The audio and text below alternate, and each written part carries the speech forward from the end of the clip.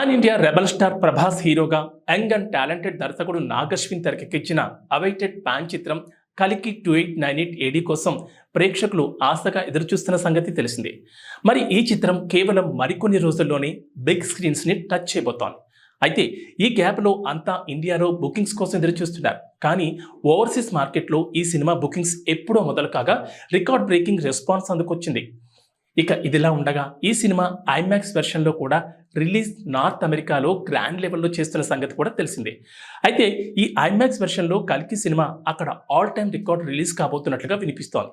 ఏకంగా 200కు పైగా ఐమాక్స్ స్క్రీన్స్లో కల్కి ప్రదర్శించనున్నారట. ఇంకా ఈ సంఖ్య పెరుగుతుందని యుఎస్ డిస్ట్రిబ్యూటర్స్ తెలుపుతున్నారు.